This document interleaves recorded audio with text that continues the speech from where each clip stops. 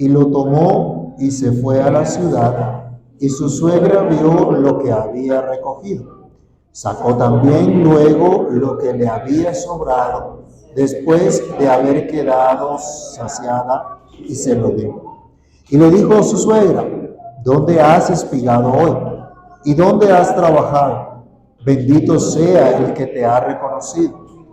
Y contó ella a su suegra con quien había trabajado, y dijo: el nombre del varón con quien hoy he trabajado es Booz.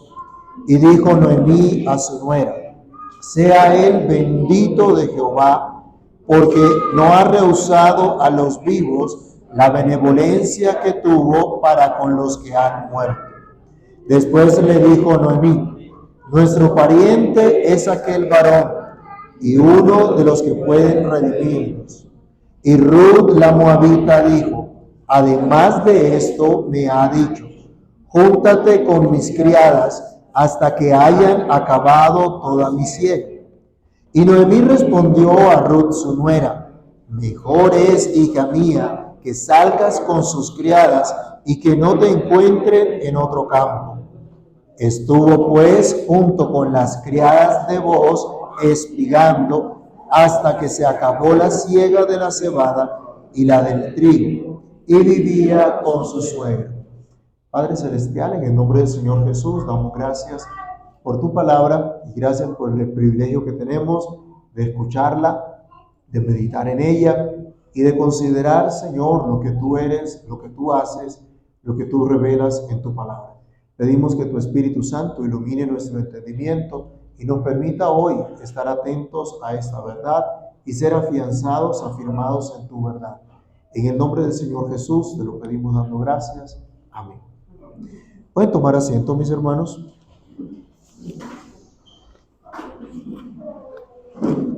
Le voy a pedir a las mamitas que por favor estén con sus niños juiciosos porque estamos en el tiempo de la predicación. ¿Listo?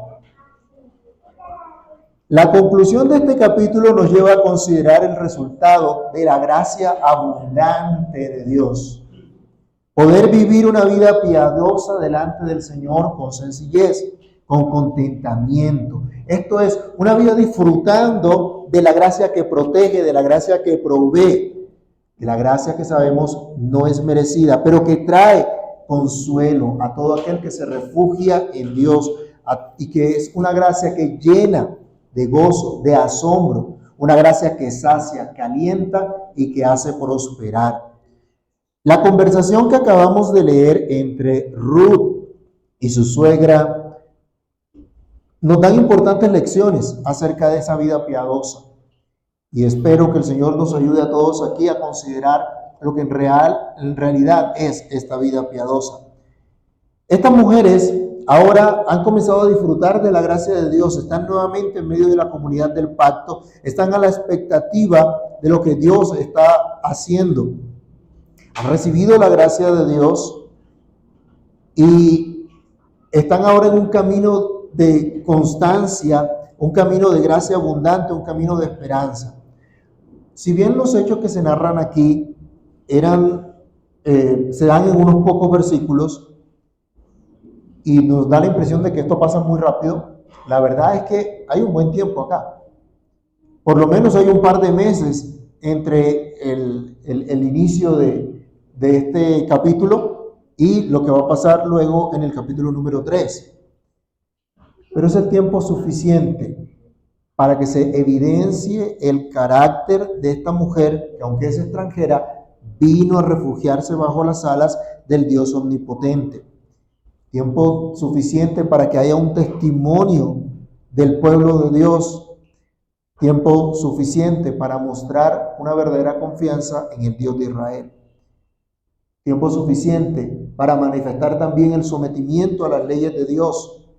Tiempo que permite la verdad, en verdad, que se demuestre, esta mujer extranjera fue traída a la comunidad del pacto, se beneficia de ello y está dispuesta también a asumir sus compromisos pactuales, empezando por su hogar.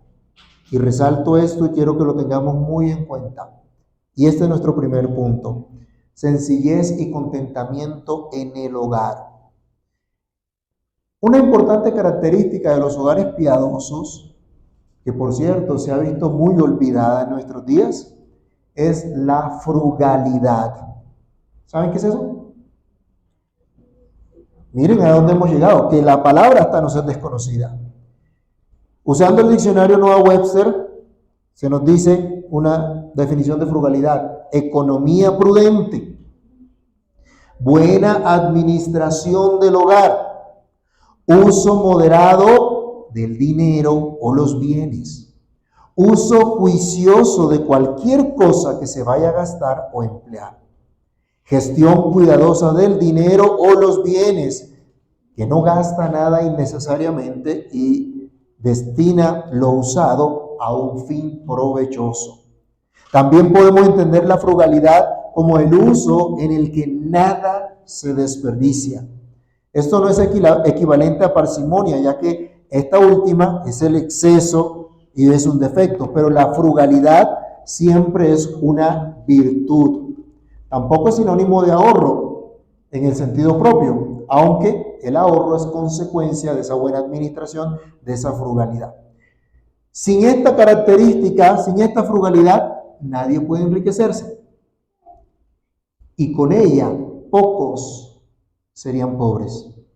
La frugalidad entonces permite llevar una vida sencilla y una vida de contentamiento, como en el caso de Ruth, quien luego de recoger con laboriosidad el producto de la bendición divina, regresa a casa y comparte la provisión de Dios con los suyos. Definitivamente podemos decir que Ruth era una mujer virtuosa, era una mujer frugal, y seguramente lo mismo se observaba en su suegra Noemí. Pero es muy notable entonces en Ruth, en su hogar compuesta por ella y su suegra, vemos a una mujer frugal, vemos a una mujer prudente, vemos a una mujer laboriosa. Una mujer que no desperdicia el fruto de su trabajo, que no desperdicia el fruto de su esfuerzo en cosas vanas, sino en lo que realmente es necesario, buscando el beneficio de los suyos. Es una mujer que sabe administrar con moderación esa abundancia inesperada. No dejó de comer el fruto de su trabajo y saciarse. Ella no dijo, no, porque de pronto mañana no hay que comer, entonces no. No, ella comió. Ella se sació, recibió la invitación. Pero al haberse saciado, no comió de gula tampoco. ¿Sí? No se dio a ningún exceso. Ella no fue perezosa para recoger al saber que tenía la libertad y la protección en este campo donde se había encontrado. Al contrario, trabajó diligentemente y recogió abundantemente. Pero luego de recoger, no salió a despilfarrar lo que se había ganado, sino que vino a su hogar para compartir esta provisión de Dios con su suegra.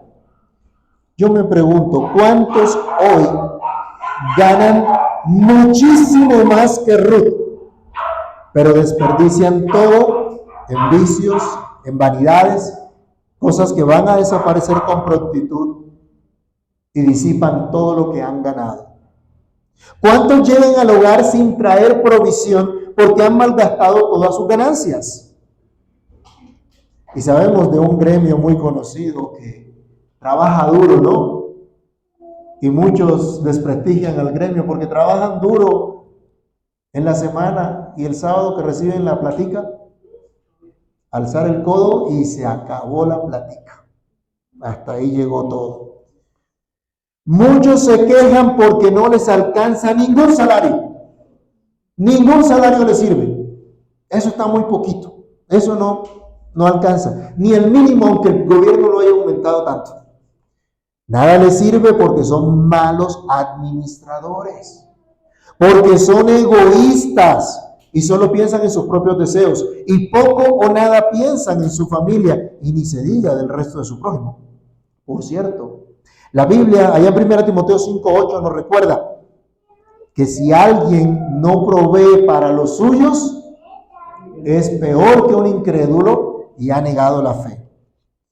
Pero sigamos, esta vida sencilla, esta vida de contentamiento en el hogar, se vive también rindiendo cuentas, aprendiendo a rendir cuentas. Ruth no es una niña pequeñita. Sí es una mujer joven, pero ya no es una niña pequeñita. A pesar de eso, Noemí entabla esta conversación de rendición de cuentas con ella, de una manera tierna que caracteriza a Noemí. Cuando la ve de regreso, cuando ve lo que trajo, le pregunta, ¿dónde has espigado hoy? ¿Dónde has trabajado? Y expresa su gratitud. Bendito sea el que te ha reconocido. Ella ve que toda esta bendición, toda esta prosperidad con la que llegó fue producto de la bendición de Dios. Y que Dios estuvo con Ruth. Noemí debe estar sumamente agradecida con Dios por esa provisión que llega a casa. Esa provisión que Dios le dio a través de su nuera. Y sabe perfectamente que esta abundancia inesperada que llegó a su hogar es producto de la misericordia recibida a través de Ruth, quien fue reconocida. Miren que en el texto se utiliza la misma palabra. Acá viene Noemí y le dice, ¿quién te reconoció? Y se acuerdan las palabras de Noemí de Ruth hacia vos, cuando le muestra esa misericordia, y le decía, ¿quién soy yo para que me hayas reconocido? Es decir, Noemí entiende que Ruth ha sido objeto de misericordia, ha sido objeto de gracia. Y la provisión que llega a su casa es fruto de esa gracia, es fruto de esa misericordia. ¿Entendemos todos nosotros que la provisión que recibimos es fruto de la misericordia de Dios? ¿Es fruto de la gracia del Señor sobre nuestras vidas? ¿Lo entendemos así? Hijos, ¿ustedes entienden que lo que sus padres llevan a casa es producto de la bendición de Dios? ¿Cómo la utilizan? ¿Cómo lo aprecian?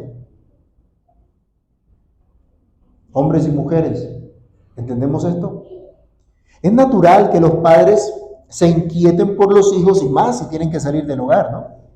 Ya sea por estudio, por trabajo, por lo que sea. Y se espera que le pregunten dónde y con quién han estado. Pero ¿qué nos enseña la sociedad de hoy? ¿Los padres saben quiénes son los amigos de sus hijos?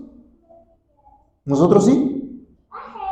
No, nosotros somos diferentes, ¿cierto? Nosotros sí sabemos. Tenemos hasta los números celulares de todos los amigos de nuestros hijos.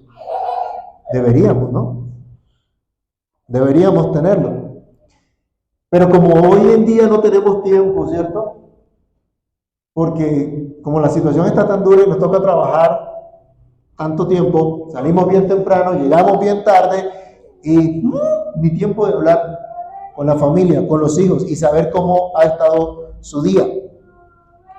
Eso no debe ser así. Ese no es el deber ser para un hogar que administra con prudencia, con moderación todas las cosas. ¿Cuál fue la respuesta de Ruth? ¿Qué ven ustedes en el texto? ¿Cuál fue la actitud de Ruth para responder? ¿Con qué actitud respondió ella? ¿Será que Ruth le dijo a Noemí, ay, Noemí, yo estoy cansada, no me vengas ahora con cantaleta? Me quiero ir a acostar. No, esa no fue la actitud que ella tuvo. Al contrario, ella se llena de emoción y le da en detalle a su suegra lo que ha pasado. Otra vez leamos versículo 19 y el versículo 21. Le dijo a su suegra, ¿dónde has espigado hoy? ¿Dónde has trabajado? Bendito sea el que te ha reconocido. Y contó ella a su suegra con quien había trabajado y dijo, el nombre del varón con quien he trabajado es Boaz. Y bueno, la interrumpe un momento Noemí para exaltar a Dios. Y luego en el versículo 21 dice Ruth, además de esto me ha dicho, júntate con mis criadas hasta que hayan acabado toda mi siega. Y ya va y le da el detalle. Bueno, yo sé que aquí tenemos una diferencia un poquito grande entre hombres y mujeres, ¿no? Porque las mujeres suelen ser bastante detallistas para hablar de lo que pasó, de cómo le fue el día. Nosotros somos un poquito más parcos. ¿Cómo te fue? Bien. ¿Listo? Ahí dijimos todo. ¿Sí? Pero si le preguntamos a la esposa, ¿y qué tal tu día? Imagínate, en la mañana hice esto, y ahí nos tienen un buen rato, ¿cierto? Dándonos detalles. Sí, se entienden un poquito nada más. Pero el punto, mis hermanos, el punto aquí es la comunión que puede haber en el hogar, que debería haber en el hogar y que hay en un hogar frugal, el buen ejemplo de rendir cuentas como parte de una vida de sencillez y contentamiento producto de la gracia divina. Considerando siempre la buena mano de Dios en todo. Esto es lo que sobresale en estos versículos. Noemí ve la buena mano de Dios en toda esta abundancia, en toda esta dirección providencial que ha recibido su nuera, ya que fue reconocida, ya que fue objeto de la misericordia de Dios, porque pudo espigar, pudo traer provisión a su casa. Aparte de todo, el que la bendijo o el que la reconoció, como decía acá, era nada más y nada menos que vos, un hombre que hacía parte del clan de Elimelech, el difunto esposo de Noemí. Un hombre que estuvo dispuesto a honrar incluso a sus familiares muertos. ¿Cómo? Por medio de la ayuda que estaba brindando a la viuda de uno de estos familiares muertos. Y es lo que dice Noemí en el versículo número 20. Su nuera dijo: sea el bendito de Jehová, pues que no ha rehusado a los vivos la benevolencia que tuvo para con los que han muerto. Podemos nosotros incluso considerar acá una esperanza vedada a la resurrección de los muertos, entendiendo el pensamiento hebreo en este contexto, que incluso los muertos están delante de la presencia de Dios. Dios lo conoce, Dios lo ve todo. O mejor dicho, es como si estuvieran vivos delante de Dios. ¿Y se acuerdan un pasaje que nos dice: Dios no es Dios de muertos, sino de vivos? Entonces pudiéramos pensar en esto también, en este versículo, esta referencia. Pero lo que se resalta con toda claridad en este pasaje es que Noemí ha sido fortalecida en la fe. La llama de la piedad se aviva una vez más. Y la que dijo en su regreso: no me llamen Noemí, no me llamen dulce, llámenme amarga, porque en grande amargura me ha puesto el Todopoderoso. Ahora no solo reconoce la misericordia que provee para sus necesidades temporales, sino que comienza a reconocer que sí hay esperanza, que sí hay uno que puede redimirla, y no solo a ella, sino también a su nuera. Y aunque no lo supiera, en realidad bendeciría a todo el pueblo de Dios. Y esto nos lleva a nuestro segundo punto de reflexión en este momento, y es que esta vida de sencillez y contentamiento se lleva a cabo en esperanza, o teniendo esperanza en la obra del Señor. Eso es lo que Noemí dice aquí en el verso 20, la segunda parte.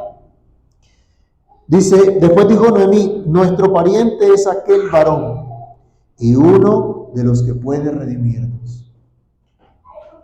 Es uno de los parientes cercanos, de los parientes próximos, que puede rescatar a esta mujer, que puede rescatar sus bienes, que puede también casarse con la viuda, con la joven viuda, para dar descendencia al difunto.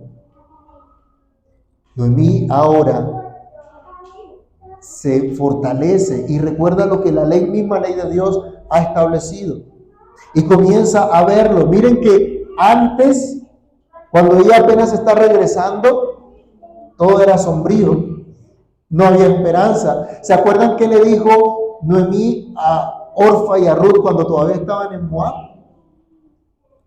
Que se quedaran, ¿cierto? Que no vinieran con ella, porque ya no tenía más hijos que se pudieran casar con ellas y darle descendencia al difunto. No hay esperanza, todo era sombrío. Pero ahora esta mujer está viendo que sí hay esperanza. Si bien ella no tiene hijos que cumplan esa ley del levirato establecida en la palabra de Dios, que la conocía Noemí, que incluso Ruth conocía esta ley también, ahora dice, si hay uno que puede tomar a Ruth como esposa, si hay uno que puede reclamar y rescatar los bienes de Noemí, para que la familia del difunto Elimelech, esposo de Noemí, puedan seguir disfrutando esa provisión que Dios les había dado. Ahora la amargura da paso al dolor de la separación que trajo la muerte del marido y los hijos de Noemí. Ahora han dado paso a la esperanza en lo que Dios ha establecido, en lo que Dios puede hacer a favor suyo. Como decía el profeta Jeremías en Lamentaciones capítulo 3, verso 22 al 23, por las misericordias del Señor no hemos sido consumidos. Nuevas son cada mañana sus misericordias. Consideremos, hermanos, entonces la obra del Señor en su gran providencia. Ruth no sabía cuánto consuelo darían sus palabras a esta mujer al pronunciar el nombre de Boaz. No sabía lo que iba a transmitir, pero lo hizo. Siendo una mujer frugal en todas las cosas, no dejó de compartir la buena nueva con su suegra, trayendo nuevamente esperanza, trayendo nuevamente consuelo. Y todo esto se da en el marco de una vida de sencillez y contentamiento. Dentro del marco del refugio en Dios, de vivir al amparo de Dios, de confiar en su buena mano, en cualquiera que fuera su condición. Acuérdense, hasta este momento, Noemí sigue siendo viuda, pobre, ¿y qué más? ¿Se acuerdan qué decíamos? No, Noemí era viuda, pobre, ¿y qué más? Y vieja. Eso sí no lo quieren decir, ¿no? Era vieja. Y Noemí y Ruth seguía siendo viuda, de pronto no tan vieja, pero era pobre y era extranjera. La misma condición, ¿sí? Pero se había refugiado en Dios. Era la misma condición que estaban teniendo. Pero antes todo estaba tenebroso, sin esperanza. Ahora hay una esperanza de lo que Dios está haciendo. Están pudiendo ver algo más de lo que Dios está a punto de hacer por ellas. En ese marco es que reciben esta buena noticia. Noemí no desconocía el nombre de Boaz. Ella sabía quién era y lo que podía hacer por ella y por su nuera. ¿Sabes tú, amado hermano, lo que Cristo ha hecho por ti? ¿Sabes tú realmente de Cristo? ¿Conoces realmente lo que Cristo ha hecho por ti, por tu casa, por el pueblo de Dios en general? Lo que Cristo ha hecho no te llena el corazón de esperanza, no te aviva esa llama de la piedad, no te dispone aún más a servir al Señor con todo el corazón. Y si esto no aviva esa llama, ¿qué lo podrá hacer? Pablo oraba para que la iglesia entendiera lo que Dios le había concedido. Vamos un momentico y recordemos Efesios, capítulo 1, del verso 15 al verso 23. El conocer esto, el entender esto, debería avivar esa llama de la piedad en todos nuestros corazones. Efesios capítulo 1, del verso 15 al verso 23. Nos dice: por esta causa yo también, habiendo oído de vuestra fe en el Señor Jesús y de vuestro amor para con todos los santos, no ceso de dar gracias por vosotros, haciendo memoria de vosotros en mis oraciones, para que el Dios de nuestro Señor Jesucristo, el Padre de gloria, os dé espíritu de sabiduría y de revelación en el conocimiento de Él, alumbrando los ojos de vuestro entendimiento, para que sepáis cuál es la esperanza a que Él os ha llamado y cuáles las riquezas de la gloria de su herencia en los santos, y cuál la supereminente grandeza de su poder para con nosotros los que creemos, según la operación de su fuerza, la cual operó en Cristo, resucitándole de los muertos y sentándole a la diestra en los lugares celestiales, sobre todo principado y autoridad y poder y señorío, sobre todo nombre que se nombra no solo en este siglo, sino también en el venidero, y sometió todas las cosas bajo sus pies, y lo dio por cabeza sobre todas las cosas a la iglesia, la cual es su cuerpo, la plenitud de aquel que todo lo llena en todo. ¿No llena esto nuestros corazones de esperanza? Saber que somos parte de esa iglesia cuya cabeza es Jesucristo mismo, el que nos trae plenitud, el que nos llena por completo. El mundo anda vacío, la gente está vacía, corazones vacíos, cabezas huecas. Eso es lo que se ve en este mundo. Pero ustedes y yo tenemos el privilegio de tener la plenitud de Jesucristo. Esto debería llenar nuestros corazones.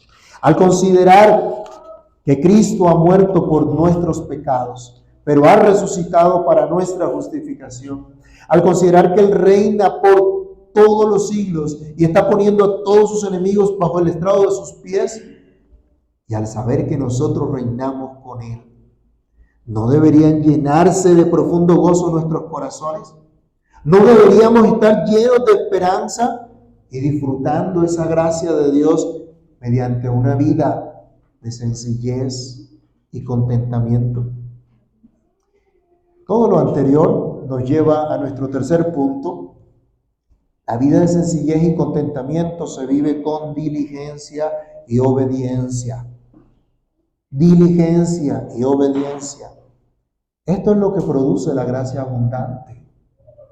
Este es el resultado de conocer, de experimentar la gracia de Dios. Mire que no se está diciendo aquí obedezca para que Dios lo bendiga, obedezca para que reciba la gracia. Es al revés. Si has recibido la gracia, si Dios te ha abierto sus brazos, si Dios te ha recibido, el resultado será que entonces ahora tu vida será una vida de obediencia, de diligencia. Esto es lo que produce la gracia abundante, la verdadera piedad. La gracia no produce una vida negligente. La gracia no produce una vida de libertinaje como algunos han querido hacer. Dios trajo a esta mujer extranjera a su pueblo y se glorificó en ella. Y la usó como ejemplo para que veamos lo que produce la gracia. Esto es una obediencia práctica. Ruth escucha amablemente a su suegra. Leámoslo aquí enseguida. Versículo número 22. Y Noemí respondió a Ruth, su nuera: mejor es, hija mía, que salgas con sus criadas y que no te encuentren en otro campo. Estuvo pues junto con las criadas de Booz espigando hasta que se acabó la siega de la cebada y la del trigo, y vivía con su suegra. ¿A más de una aquí le gustaría vivir con su suegra todavía? Ay, ay, ay. Hermanos, miren esto que pasó acá. Esta mujer, ¿qué estaba haciendo? ¿Qué había ocurrido? Ruth había aceptado a Noemí como una madre. Estaba escuchando su consejo.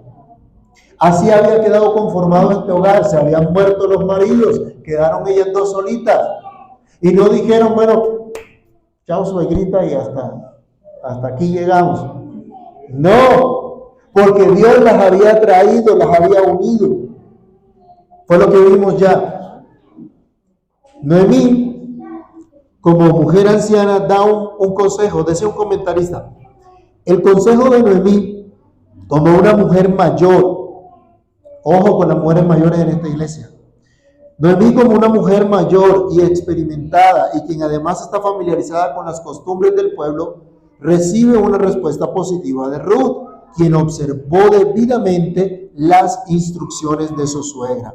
Cuando terminó la cosecha, hizo compañía a su anciana suegra en casa. Dina, ¿se acuerdan de Dina? ¿Quién era Dina?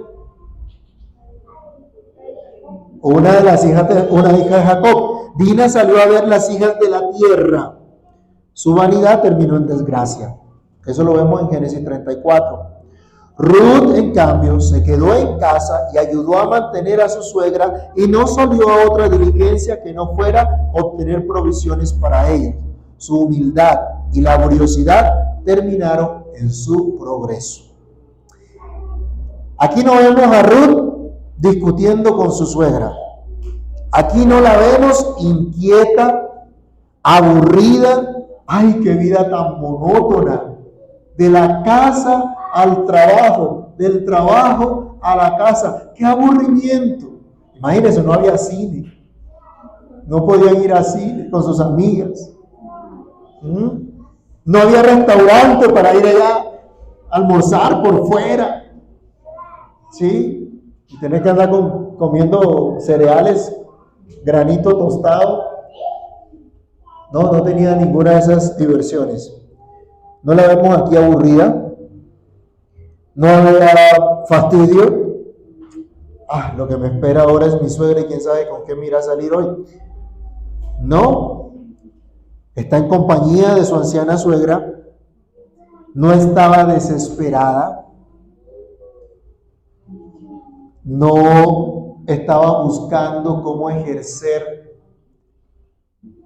su libertad cristiana, por decirlo así. No la vemos tratando de vivir la vida loca que muchos quieren, sino viviendo una vida con sencillez, una vida de fe, una vida de contentamiento, siguiendo instrucciones sencillas, instrucciones prácticas. ¿Quién le dio esa instrucción a Ruth primero?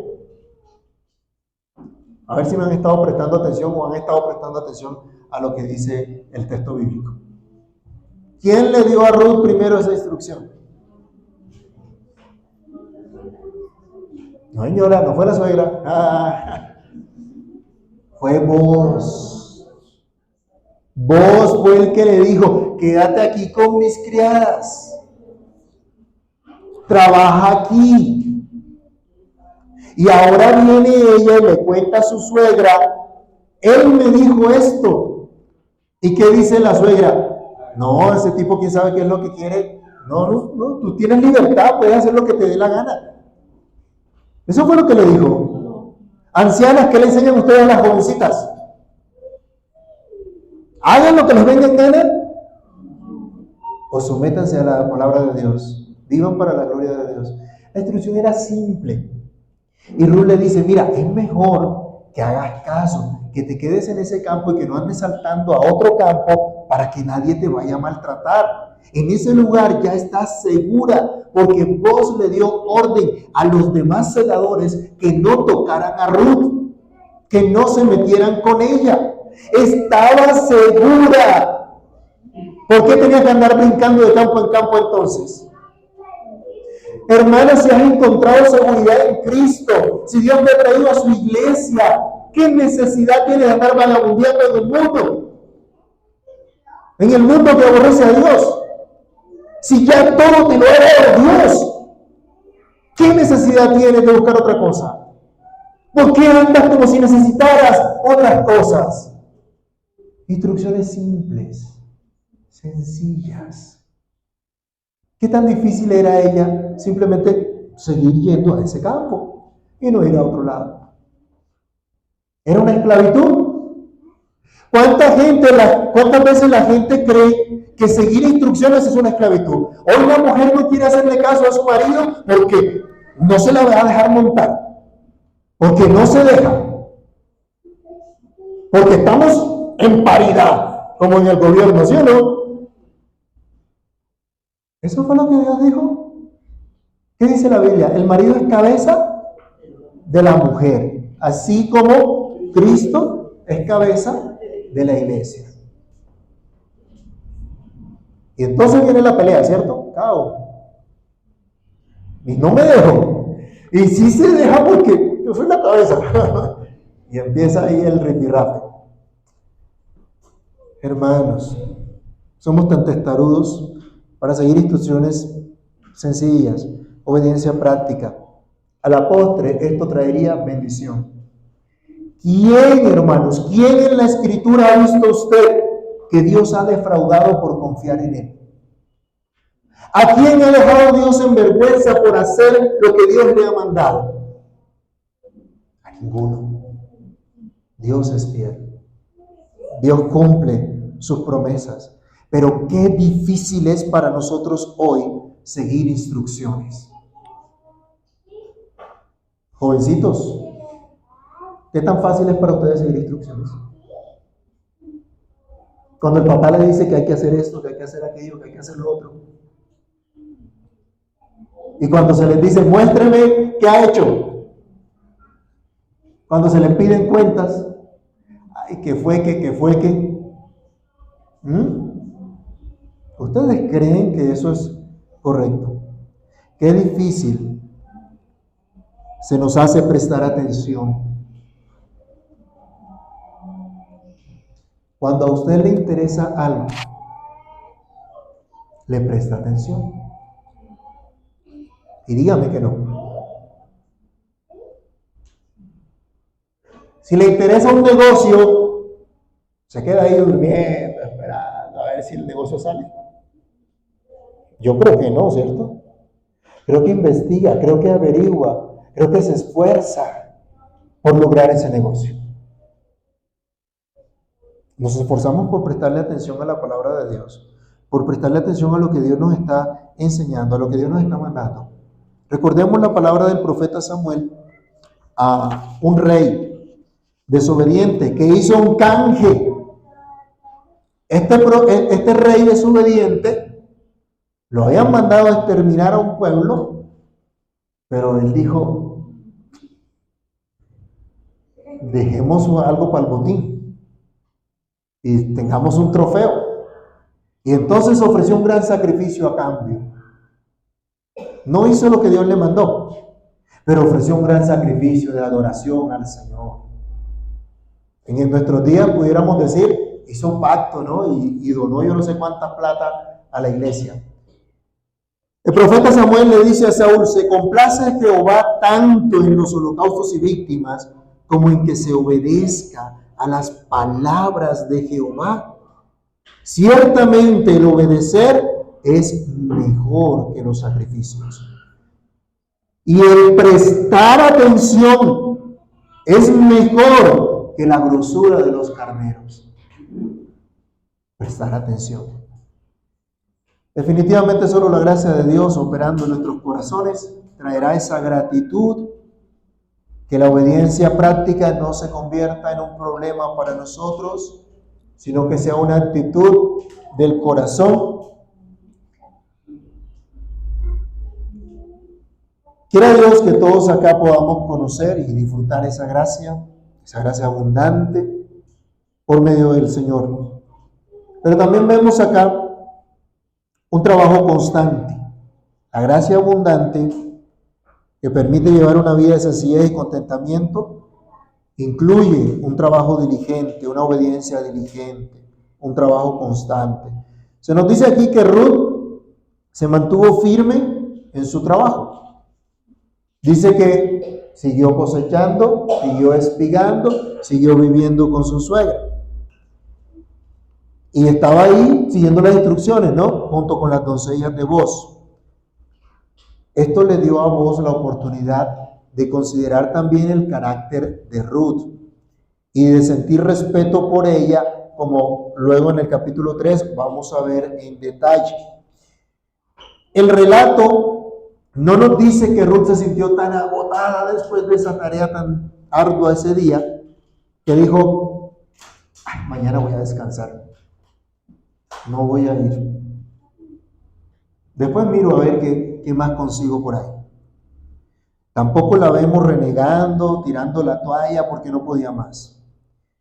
Ella había salido a trabajar confiando en la gracia de Dios que sería reconocida y podría obtener para sus necesidades y las de su hogar. Y así fue. Así que reconociendo la provisión de Dios, continuó con su esfuerzo hasta que terminó la cosecha de la cebada y la cosecha del trigo. Hubo un buen tiempo para trabajo. Ella no desaprovechó esa oportunidad de trabajar. Ella no esperó que la llamaran de otro headhunter para una mejor oferta. Era lo que podía hacer en la condición que estaba en ese momento. Yo creo que aquí todos tenemos mucho que aprender de esta mujer, de su laboriosidad, de su diligencia para el trabajo, de su constancia en su propósito. Hay gente inconstante que va para un lado y para el otro, que comienza un proyecto y no lo termina. Esa no es la característica de los que han recibido la gracia de Dios. Esta mujer no esperó el subsidio que le llegaría casa a casa diciéndole: el gobierno nacional te trae aquí una ayuda. De hecho, no existía, gracias a Dios. La provisión estaba en su trabajo. Ella no trabajó solo un día, ella no saltó de un campo a otro para aventurar. Ella se encontró en un lugar seguro y ahí se quedó. Tampoco se angustió por lo que pasaría después de la cosecha. No la vemos aquí pensando: y a lo que se acabe la cosecha del trigo, ¿qué vamos a hacer? ¿Para dónde vamos a coger? No la vemos en esa angustia. Finalmente, podríamos decir, el que proveyó para el presente, seguro que también va a proveer para el futuro. Pero como era una mujer frugal, administraba la provisión de Dios de la mejor manera. Hermanos míos, si la gracia de Dios nos ha sido dada, si se nos ha anunciado hoy que en Jesucristo tenemos perdón de pecados, si nosotros sabemos ya que somos pecadores y que lo único que merecemos es el infierno, ¿qué razón tendríamos para no venir a Cristo enseguida? ¿Por qué lo dejaríamos para más tarde? Y si más tarde ya no hay oportunidad, tal como cantábamos en el himno, busca a Dios. Actuemos con sabiduría. La Biblia dice: el que recoge en verano es hijo sabio, mas el que duerme en la siega es hijo que causa vergüenza. No dejemos para más tarde depositar toda nuestra confianza en Jesucristo como nuestro Señor y Salvador. No dejemos para más tarde saldar nuestra deuda eterna con Dios por medio de Jesucristo, por medio de su sacrificio en la cruz. Si creemos, no somos condenados, pero si no creemos, ya estamos condenados.